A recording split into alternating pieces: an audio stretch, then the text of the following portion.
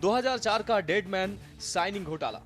7 जनवरी 2004 को तैयार इस फर्जी जीपीए में कई ऐसे नाम शामिल हैं जिनकी मृत्यु 1972 से 1998 के बीच हो चुकी थी। नाथू, मृत्यु 1972, मदनपुर खादर।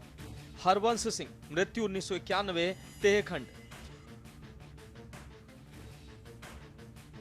हरकेश, मृत्यु 1993, तुगलकाबाद।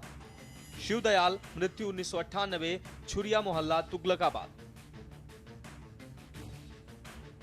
जयराम, मृत्यु 1998, तुगलकाबाद।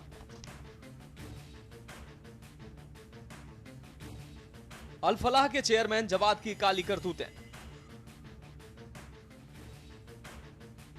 अल-फलाह के चेयरमैन जवाद अहमद सिद्दीकी इस समय मनी लॉन्ड्रिंग और फंडिंग के एक अन्य मामले में प्रवर्तन निदेशालय यानी कि ईडी की हिरासत में है, जबकि उसके खिलाफ जमीन हड़पने के मामले भी पुलिस और जांच एजेंसियों के दायरे में है। जवाद की काली करतूतों की बात करें तो दशकों पहले मर चुके लोगों की जमीनों का सौदा किया।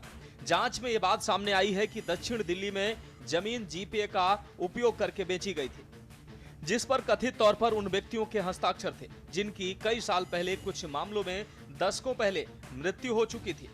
इन लोगों के जीपीए पर साइन थे। राष्ट्रीय राजधानी में यह जमीन घोटाले का चौंकाने वाला खुलासा हुआ है। आपको बता दें कि अल-फलाह ग्रुप के फाउंडर जवाद अहमद सिद्दीकी पर करोड़ों की जमीन को फर्जी कागजात के जरिए हथियाने का नया आरोप लगा है। मृतकों की जमीन हड़पने के चौंकाने वाले मामले। जवाद अहमद सिद्दीकी पर यह गंभीर आरोप है कि उन्होंने और उनके सहयोगियों ने उन लोगों की करोड़ों रुपए की जमीन बेच डाली जिनकी मृत्यु कई साल, यहां तक कि दशकों पहले हो चुकी थी। आपको बता दें, इस पूरे घोटाले का केंद्र एक फर्जी जनरल पावर ऑफ अटॉर्नी है, जिसे कथित तौर पर 7 जनवरी 2004 को तैयार किया गया था। इस फर्जी जीपीए पर जमीन के उन सह मालिकों के हस्ताक्षर और अंगूठे के निशान थे जिनकी मृत्यु जीपीए बनाए जाने की तारीख से पहले 1972 से 1998 के बीच हो चुकी थी। अल-फलाह केस की जांच में यह बात सामने निकल कर आई है कि दिल्ली के मदनपुर खादर में खसरा नंबर 792 में कीमती जमीन को जवाद अहमद सिद्दीकी से जुड़े तरबिया एजुकेशन फाउंडेशन ने एक नकली जनरल पावर ऑफ अटॉर्नी के जरिए धोखे से खरीद की थी। गौरतलब है कि जवाद को ईडी ने मनी लॉन्ड्रिंग के चार्ज में अरेस्ट किया है और वह दिल्ली ब्लास्ट केस में भी जांच के घेरे में है। अधिकारियों के मुताबिक यह जमीन साउथ दिल्ली में खास जगह पर फैली हुई है।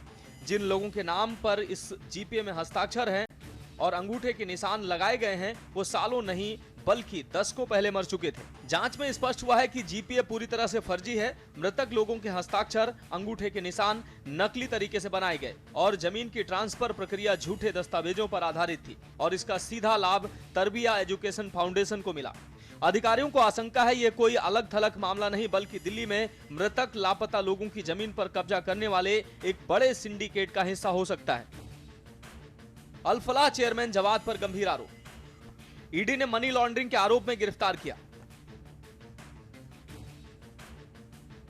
जांच एजेंसियों ने पाया कि अल-फलाह यूनिवर्सिटी ने फंडिंग के जरिए 415 करोड़ रुपए जुटाए,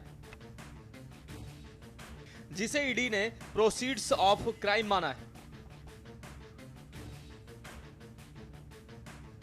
जांच एजेंसियां यह पता लगाने में जुटी हैं कि इस फंडिंग का उपयोग आतंकवादी गतिविधियों के वित्त पोषण के लिए किया गया था या नहीं।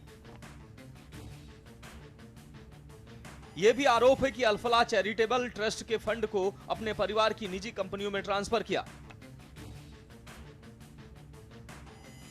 जवाद का दिल्ली ब्लास्ट केस से जुड़ाव। को बता दें कि जवाद सिद्दीकी की गिरफ्तारी और अल-फलाह यूनिवर्सिटी पर ईडी की कार्रवाई दिल्ली में लाल किले के पास हुए बम विस्फोट की जांच के बाद हुई।